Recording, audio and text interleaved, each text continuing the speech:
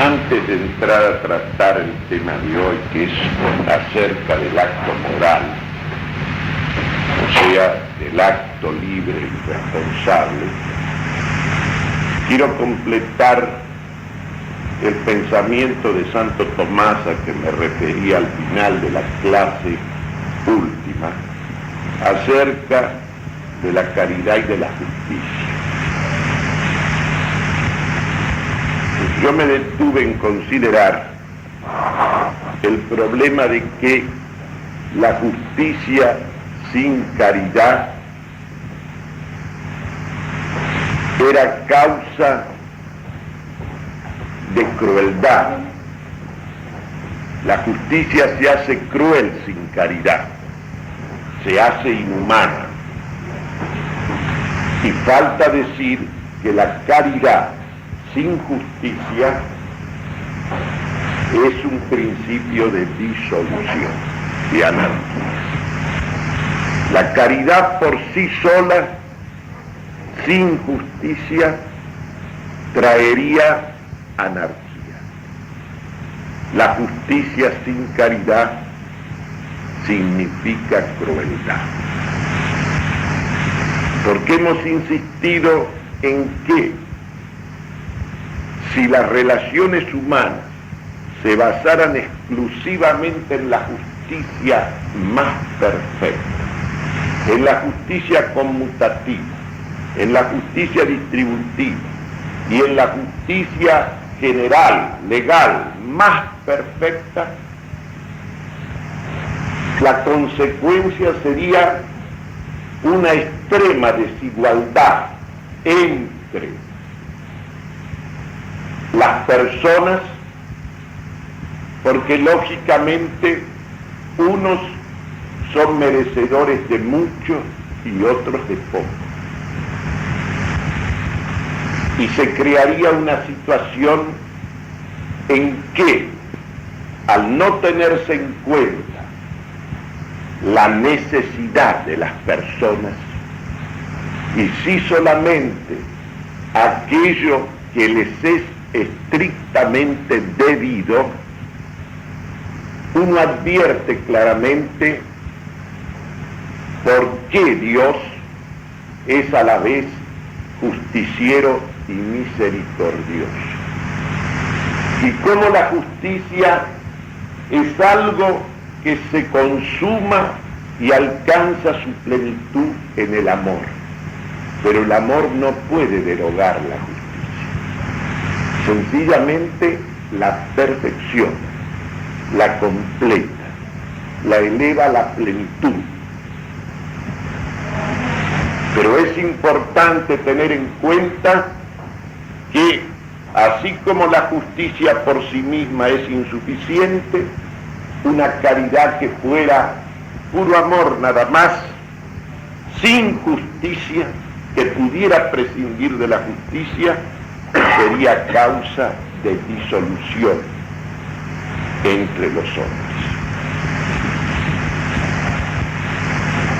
Vivimos justamente en una época en que, como por un lado en el seno de nuestra misma iglesia, del cuerpo místico de Cristo, unos aparecen confinados en un sobrenaturalismo inoperante y otros en un naturalismo nihilista y anticristiano, porque pienso que todo aquel que se confiesa cristiano, católico, apostólico, romano, que pretende la solución de los problemas humanos, por ejemplo, de esta cuestión candente en el mundo de hoy, que es la cuestión social, como algo que es un problema de justicia exclusivamente, y por lo tanto que es un tema de sociología y no una cuestión teológica y sobrenatural, ese católico ha dividido a Cristo, lo ha disuelto a Cristo, como dice San Juan en la epístola, esos que disuelven, que dividen a Cristo. Si Cristo hubiese esperado a iniciar su predicación y su testimonio a que los problemas concretos de la convivencia, a que las relaciones entre los hombres fueran humanamente justas, todavía no habría empezado la predicación de Cristo en el mundo. La palabra suya, el testimonio suyo, la fuerza de Él, la gracia de Él, el amor de Él, obró sobre esclavos y sobre amos, sobre ignorantes y sobre sabios, sobre toda clase de gente, porque él predicó y envió a sus discípulos a predicar a todas las gentes. Puesto que la solución de los problemas humanos, dentro de un carácter que nunca puede ser definitivo en este mundo, porque este es un lugar de prueba y no de soluciones, ¿y por qué es un lugar de prueba y no de soluciones? Porque es una preparación para el reino de Dios. En consecuencia, ¿qué problema verdaderamente humano se podrá resolver sino en la unión de lo humano y de lo divino, de lo natural y de lo sobrenatural, de la libertad y de la gracia, que es Cristo mismo? Y solamente en Él, en el Cristo total, pueden resolverse los problemas humanos, comenzando por el problema de la justicia social. La gran cuestión planteada en este momento, lo mismo en la patria que en el mundo, es esta cuestión. Porque hay gente que considera que porque confiesa a Cristo y vive en su vida privada o en el orden familiar una vida cristiana, honesta, incluso de fervoroso cumplidor de los mandamientos, se considera que por eso, en el plano de la acción pública, ya está resuelto el problema de una política cristiana. De ninguna manera. Por lo mismo que la justicia está ordenada al otro y a las relaciones entre las personas, un varón que en lo íntimo, en su existencia privada, en su conciencia, es reconocedor y acata todo lo que la Iglesia enseña, de ninguna manera significa eso que en el ejercicio de la prudencia política se va a proyectar ese Cristo total que él confiesa allí en el fondo de su conciencia o en el plano de las relaciones íntimas y privadas. A Cristo no le podemos retasear nada, le pertenece todo, de tal manera que si Él no está reinando en todo el ámbito de la existencia humana, y si todos nuestros actos como personas sean relativos al destino personal o familiar o al destino político, lo político es lo primero en lo temporal. Si ese Cristo no reina en todo el ámbito de la vida humana y de las relaciones humanas, se corre el peligro precisamente de esta disolución de Cristo. Lo mismo es que nos quedemos solo con lo sobrenatural y divino, que nos quedemos solo con la humanidad y la naturaleza de Cristo. y la naturaleza humana de Cristo. Si dividimos eso en nuestro pensamiento, en nuestra conducta total en todos los órdenes, estamos disolviendo a Cristo, lo estamos traicionando. Porque Cristo nos exige todo, es el único totalitario, es el único totalitario que no ofende al hombre, que no lo destruye, que no lo rebaja. Es el único totalitarismo, el de Cristo, que en la medida que te entregas y Él te posee, asumes la plenitud de tu libertad y de tu personalidad. De manera que ni sociología sin teología, o sea, ni zoología cristiana, ni sobrenaturalismo inoperante. Cristo ha venido a unir lo humano y lo divino que el pecado había separado y separa. Y solamente en la unidad de lo divino y de lo humano, de la gracia y de la libertad, de lo sobrenatural y de lo natural, allí está el único camino, la única verdad y la única vida, al menos para aquel que se confiesa cristiano, y la única libertad también. Una libertad que tiene la plenitud, es la participación en la realeza y en la soberanía de Cristo. Y ahora pasemos a tratar el problema del acto moral. Yo hago estas consideraciones porque la política es moral, es ética.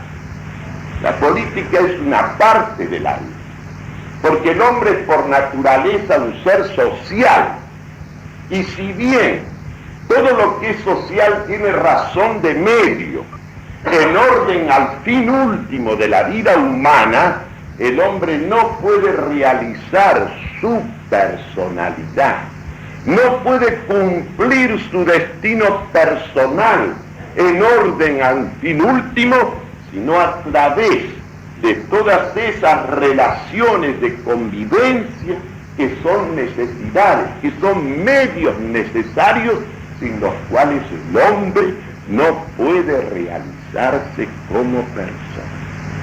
Y ahí la importancia y la trascendencia que tiene el bien común. El bien común es ley suprema en la sociedad de los hombres después de Dios. De manera que nada de lo que yo haga, nada de lo que yo actúe en mi vida, que siempre necesariamente va a comprometer a otros. Siempre mi vida está referida a otras personas. Siempre lo que yo pienso y lo que yo digo de alguna manera trasciende de mí hacia el otro. No puedo hacerlo jamás como si yo existiera solo y para mí mismo y para mi propio bien. Eso es contrario a la naturaleza racional, libre y social del hombre. Eso es contrario también a la divina providencia. De tal manera que yo estoy siempre comprometido con los demás. Por eso el hombre en rigor, aunque cada uno tiene, digamos así, un destino personalísimo, pero siempre se pierde o se salva con otros.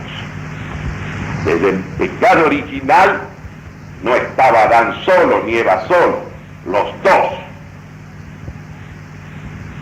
en sociedad desgraciadamente con el diablo.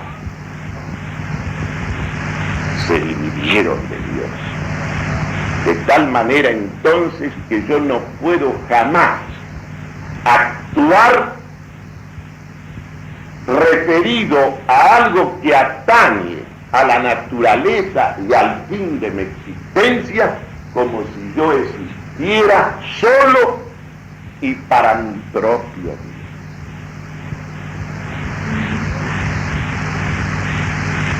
Vamos a tratar ahora sobre el acto moral. El acto moral solo se puede dar en seres, en criaturas libres. O sea, en criaturas que por su naturaleza racional, por su naturaleza inteligente, son capaces de querer. El mundo moral nos coloca directamente en el plano metafísico, trasciende todo lo que es el mundo físico, sensible, material, aunque tenga incidencia, manifestación y expresión en ese mundo físico y material, y sensible y concreto de nuestra existencia.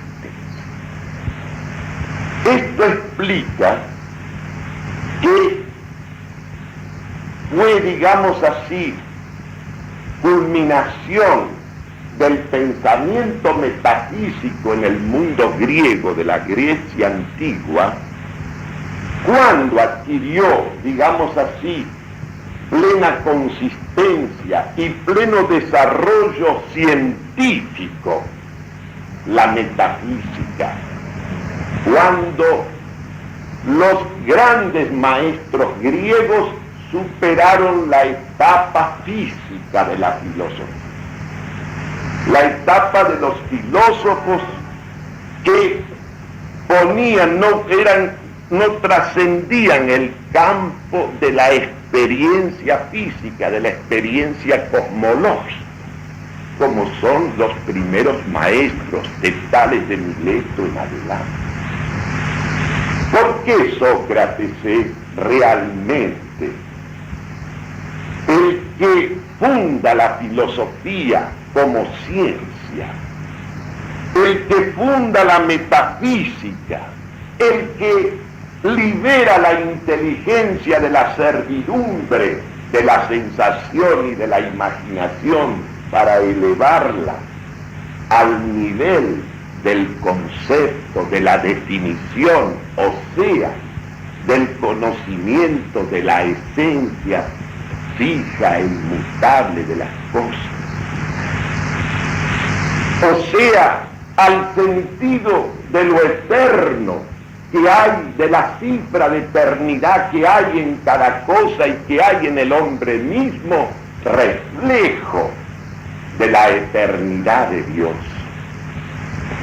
Justamente porque la experiencia de la cual parte toda la meditación socrática y por lo tanto platónica es la meditación sobre la experiencia moral. Los diálogos llamados socráticos de Platón, donde está el testimonio de su maestro, porque jamás hubo criatura humana que tuviera un testigo de su pensamiento y de su vida como tuvo Sócrates. Él no escribió nada, pero tuvo a un gigante del pensamiento y de la poesía que diera testimonio de algo que es el fundamento mismo del pensamiento libre y soberano, que ya fue obra. Este es el milagro griego. Esto que se llama el milagro griego es el milagro de la conquista de un pensamiento libre. ¿Qué quiere decir un pensamiento libre? Que, como se entiende, no tiene nada que ver con la libertad de pensamiento. Un pensamiento libre es un pensamiento desprendido de todo lo inmediato, particular y contingente, desprendido de todo lo que es subjetivo. Es un pensamiento objetivo. Es un pensamiento en que el sujeto que se eleva a él está en la realidad misma de las cosas, está en la verdad. La verdad es lo que es. Cuando yo estoy en la verdad, estoy en la realidad misma de las cosas que son fuera de mí y en la realidad misma de mí mismo, como si yo me tuviera a mí delante de mí, contemplándome como a la distancia, en una objetividad que tiene su expresión más desnuda y tremenda en lo que llamamos conciencia moral. Porque la conciencia moral es una conciencia implacable, inexorable de nosotros mismos, de nuestros propios actos. ¿Qué cosa puede haber más radical en nosotros que esta conciencia moral más íntima, más personal y sin embargo, yo diría, más desprendida de nosotros mismos, como para ser como una mirada demorada sobre lo que somos, sobre lo que obramos y sobre el valor de lo que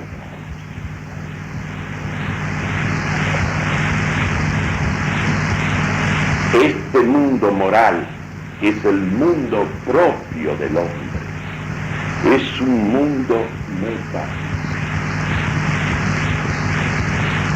Todas esas degradaciones naturalistas, positivistas, todas esas degradaciones zoológicas o físicas o de cualquier tipo, cuando consideran la vida interior del hombre, al hombre interior, el alma es el hombre interior, dice Santo Tomás. Cuando nosotros a esta vida interior, protagonizada por nuestra inteligencia racional y nuestra voluntad, o sea, por este poder de los nombres, de las definiciones, que es el poder de la inteligencia, y por este poder de las decisiones, de las opciones, de las elecciones, este poder de querer que sigue a la inteligencia, que es el mundo de nuestros actos libres, de nuestros actos lúcidos, libres, responsables. Ese es el mundo moral. Que ese mundo aparezca de pronto rebajado, sumergido, como brotando de lo animal, de lo bestial del hombre. Esta es la radical subversión de la mente y de la vida. Donde mejor se ve eso es en la psicología. Hoy la psicología se ha hecho una ciencia de moda. Tal vez no haya estudio universitario más cotizado que la psicología. Y hoy, en las facultades donde se estudia psicología, en general, la base científica, digamos así, todo ese conocimiento aparece vertebrado en las matemáticas. Se enseña matemáticas para estudiar las cosas del alma. Aristóteles decía, las matemáticas son ciencias perfectas, acabadas, demostradas, pero que no tienen nada que ver ni con el bien ni con el mal, ni con lo mejor ni con lo peor, ni con lo que te hace noble o te hace vil. La matemática es ajena a la moral. Nada más monstruoso que confundir la igualdad, que es la justicia, con la exactitud, que es la igualdad matemática cuantitativa. ¿Qué significa fundar el estudio de la vida interior, el estudio de los fenómenos del alma, de los estados y de los actos psíquicos. ¿Qué significa fundar eso? En el estudio físico-matemático, en el estudio en base al cálculo y en base a las técnicas. Es una cosa monstruosa. No es solamente un error, es una cosa criminal, es un delito contra esa condición que Dios le ha dado. Porque una de dos: o el hombre es un animal superevolucionado, pero nada más que un animal, y entonces su horizonte y su destino es el de un animal, todo lo super que ustedes quieran, o lo que distingue al hombre como hombre es un principio interior, del cual tenemos el testimonio de una presencia mucho más patente que la de cualquier cosa material, que la del propio cuerpo, que está unido sustancialmente a ese principio, y que para nosotros cristianos es algo que Dios nos da directamente, crea directamente para cada uno de nosotros. ¿Cómo se puede en este mundo de hoy hablar de la dignidad de la persona humana, de los derechos de la persona humana, del respeto y del trato de honor debido a la persona humana, en un mundo cuya ciencia académica, universitaria, doctoral, rechaza o coloca como una opinión o como un criterio o como una confesión de aquellos que participan de la idea de que el alma nos ha sido dada a cada uno de nosotros en el momento de la concepción por el mismo Dios. Un alma hecha a su imagen y semejanza, un alma que nos hace imagen misma de Dios, y que aunque el pecado la haya ensombrecido o deshecho, es todavía un sello, es todavía una presencia en nosotros de Dios, en una imagen, en una presencia como reflejado en un espejo. Eso es el alma de cada uno, el alma inteligente y capaz de ver. Si yo rechazo este principio, toda la retórica sobre la dignidad de la persona humana, sobre el trato de honor que es debido a cada hombre, es toda retórica vacía, falsa y miserable.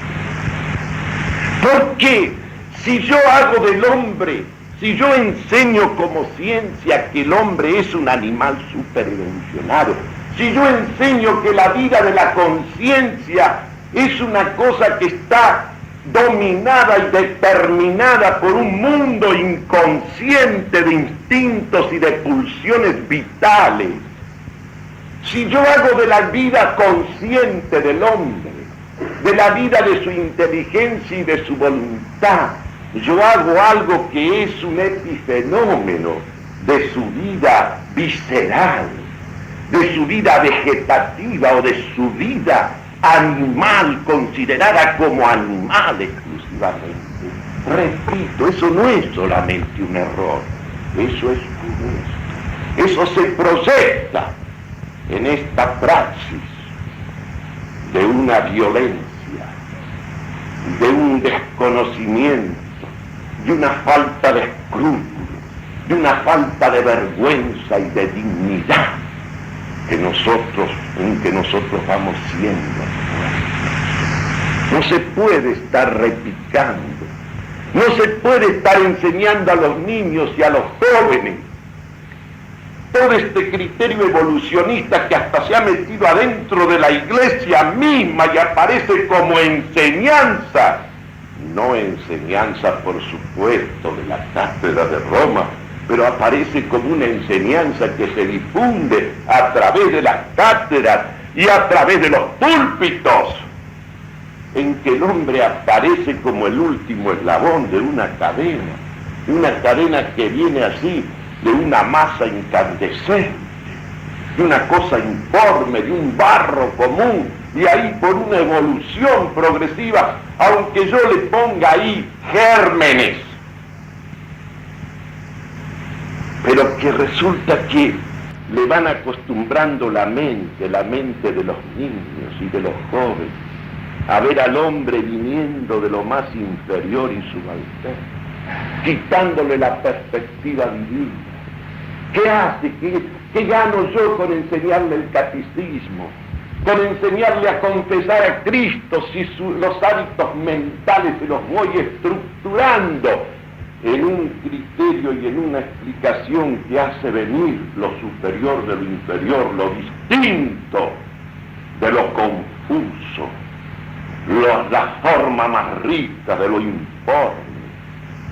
Si yo voy modelando la mentalidad según esta subversión radical del orden de las causas, y este sentido en que lo mejor aparece saliendo de lo peor, lo más rico de ser de lo más pobre de ser, hasta llegar así a una especie de barro inicial de materia primera y de esa cosa informe, que no es nada determinado por un proceso evolutivo, va saliendo todo.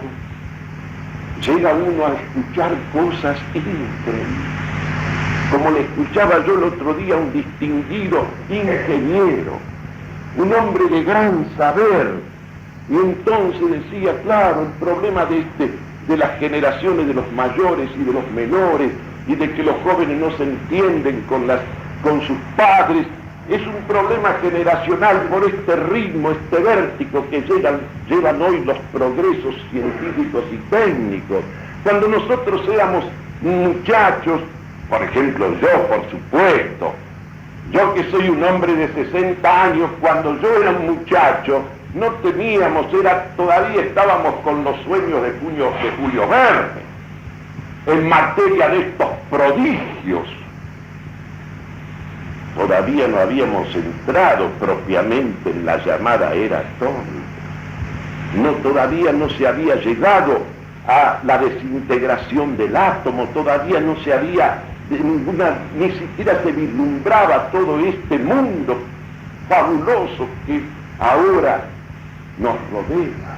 Entonces, claro, como hay un acelerando, como por ejemplo el tiempo que pasó desde el descubrimiento del fuego hasta la rueda fue quién sabe de miles y miles de años, pero ahora resulta que cada año, cada 3 años, cada 5 años aparecen descubrimientos prodigiosos.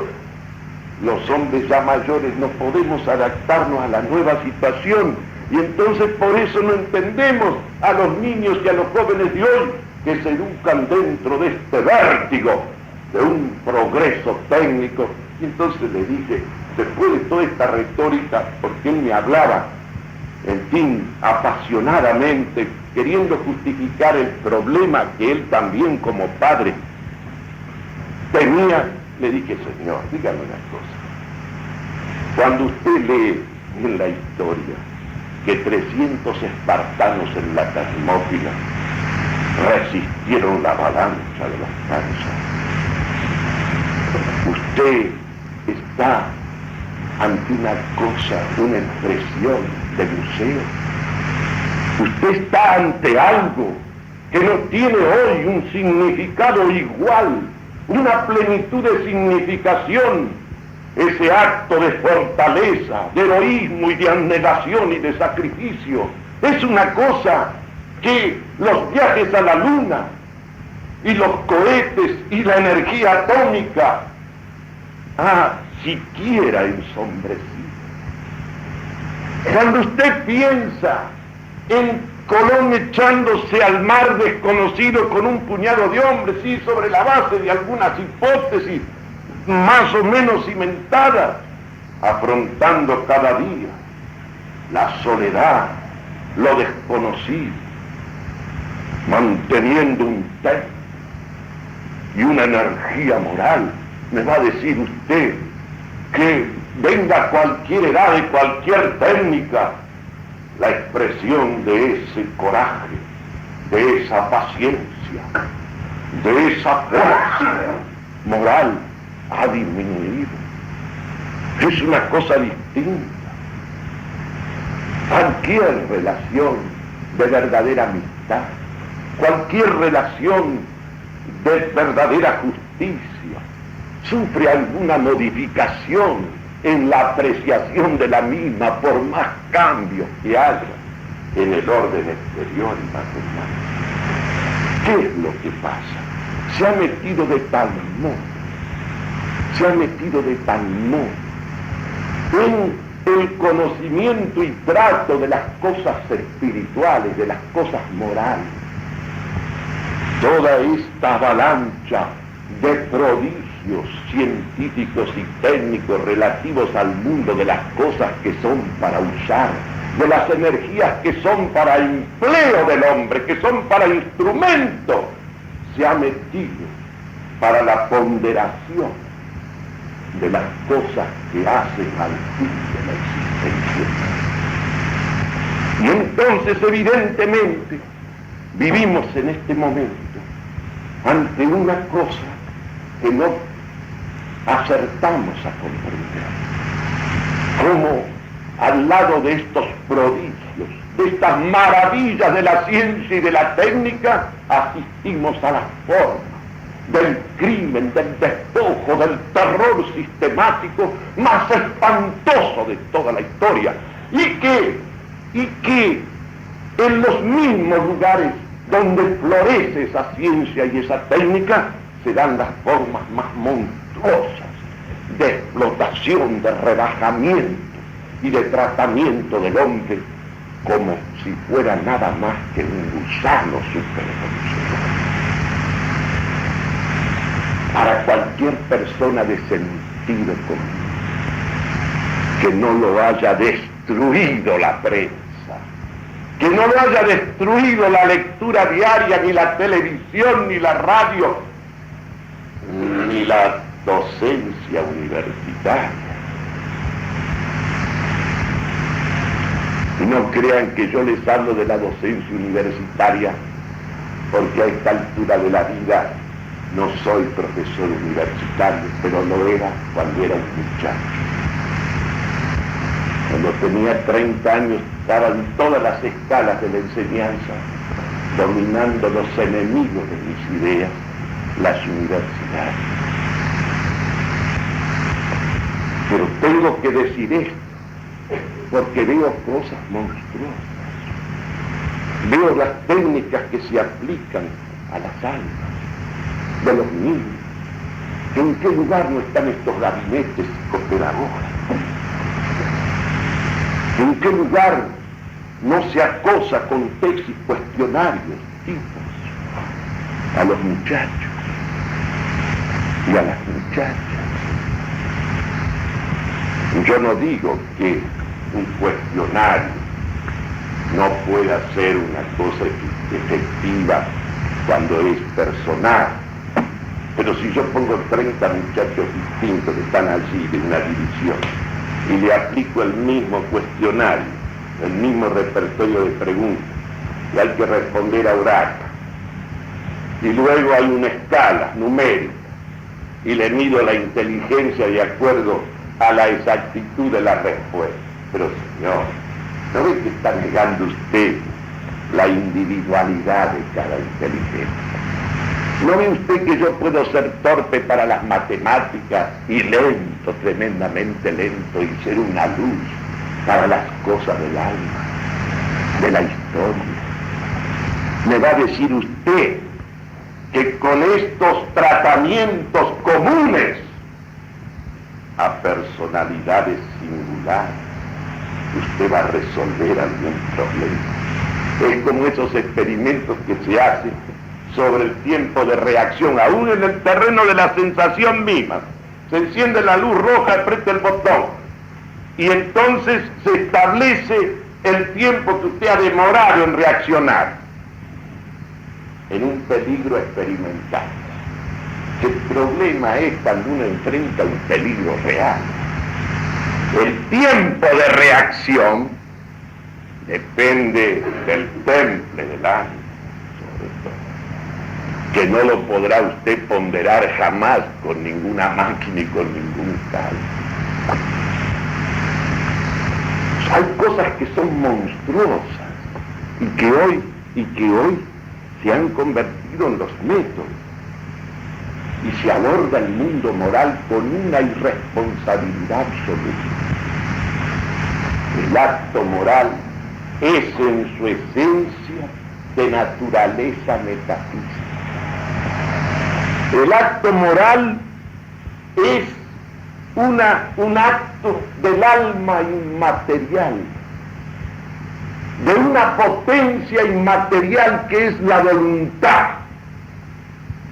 especificada por la razón, por la inteligencia, y que cuando actúa moralmente, cuando actuamos libremente, cuando actuamos responsablemente, el alma actúa como si fuera un principio separado e impasible, aunque esté unida sustancialmente a ese cuerpo.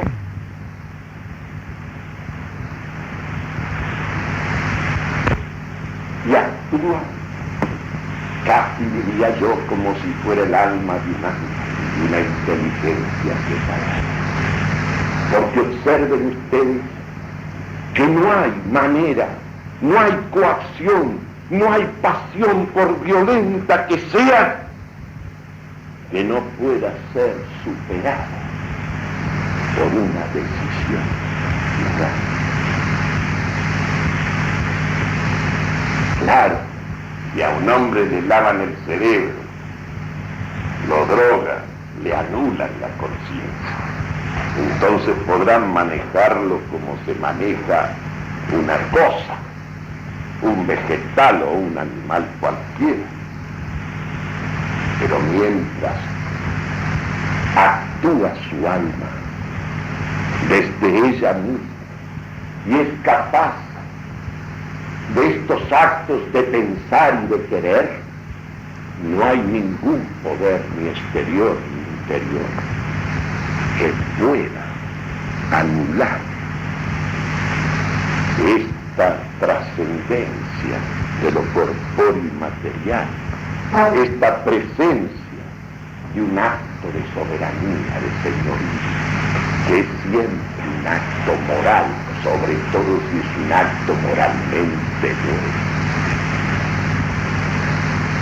Porque la verdadera libertad no es libertad, sí, podemos obrar el bien o el mal, pero la verdadera libertad, la real, la que nos afirma como libres, es aquella que se manifiesta cuando escogemos el bien, lo mejor.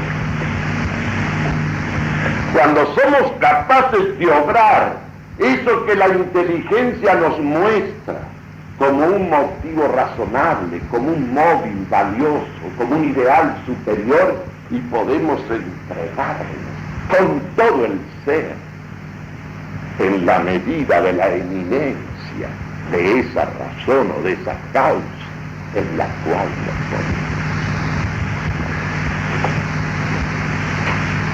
Por eso, esto no significa que la voluntad, que es el agente de los actos libres, sea una facultad de querer sin deseo, como pretendía Kant.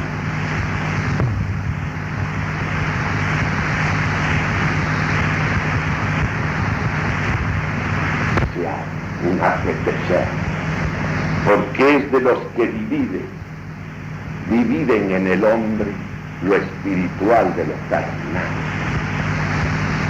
Lo carnal no está dividido de lo espiritual, lo carnal está para ser empuñado por el espíritu y servir a la perfección del espíritu. Eso es en el designio divino. Y aún lesionados por el pecado original, todavía hay en el hombre esta este poder del libre albedrío, este poder de querer el bien, aun cuando no seamos capaces de obrarlo en el momento de la acción. Así como es falso pretender un puro querer que nos implique deseo y apetencia y pasión, del mismo modo también es falso pretender que pueda haber preferencias y decisiones libres que no sean motivadas, que no sean una preferencia reflexiva, una complacencia razonable de lo mejor. Así como no puedo dividir la voluntad del apetito, del deseo, tampoco puedo dividirla de la razón, de la inteligencia. La voluntad sigue a la inteligencia en los actos libres y responsables en los actos morales, porque ella es la que le da las razones de bien. Al punto es tal esta preeminencia de la razón, que la voluntad, que en el plano de la causa eficiente tiene prioridad sobre la razón misma, el único modo que tiene de no aceptar, por ejemplo, de no ver, es hacer que la razón se aparte de la verdad. No hay peor ciego que el que no quiere ver. ¿Cuál es el pecado del diablo? Que era un ángel lúcido, una estrella, verdaderamente fúlgida. El pecado fue no querer ver a Dios, volverle de espaldas, como hacemos nosotros cuando no queremos adherir a algo, cuando no queremos encontrarnos con la verdad, ni siquiera queremos leer lo que nos ponen o escuchar. Porque si escuchamos, si leemos, si ponemos y aplicamos la razón a lo que es, a la verdad, la voluntad se ve llevada, se ve conducida, se ve dirigida, se ve informada por esa presencia de la verdad. Tenemos sí una libertad de ejercicio para apartar nuestra voluntad de aquellas razones o de aquellos conocimientos que ni queremos tener, porque estamos sospechando que si ponemos los ojos allí, en la verdad, esa verdad nos va a llevar. No nos queda otra cosa que volver la mirada. Y toda la tarea confusionista que hoy hay en el mundo es a fin de que las inteligencias no se encuentren nunca con la verdad. Por eso se hablan de verdades relativas, de pluralismo, y pretende la gente hacer convivencia con pluralismo de creencias, pluralismo de verdades, pluralismo de criterios. ¿Cómo va a salir la unidad de la pluralidad? ¿Cómo de lo que es múltiple y heterogéneo va a salir la unidad? Solo por accidente puede ocurrir eso. Así como no hay preferencia que no sea motivada, ese fue el error de Suárez o de Molina. No hay tampoco voluntad que no sea deseo. ¿Qué cosa grande se ha hecho en el mundo sin pasión, sin la entrega total del ser, conducido por la mente y la decisión de la voluntad en la dirección de un ideal, de una razón superior para vivir y morir? ¿Qué cosa, qué decisión importante hay en la vida que no comprometa el intento del ser? Repito, el acto libre, el acto moral, nadie lo definió mejor, como ya se los he dicho, que Aristóteles. Nadie puso su vista soberana con una precisión, con una claridad y distinción insuperable, cuando él dijo: el acto libre es una preferencia reflexiva de lo mejor. Acto libre moral, preferencia reflexiva de lo mejor. Claudel dice complacencia razonable en lo mejor. Y acá está incluido todo. La voluntad capaz de esa preferencia es un movimiento sí espontáneo del alma, como veremos, conducido por la deliberación, por la reflexión, por la razón.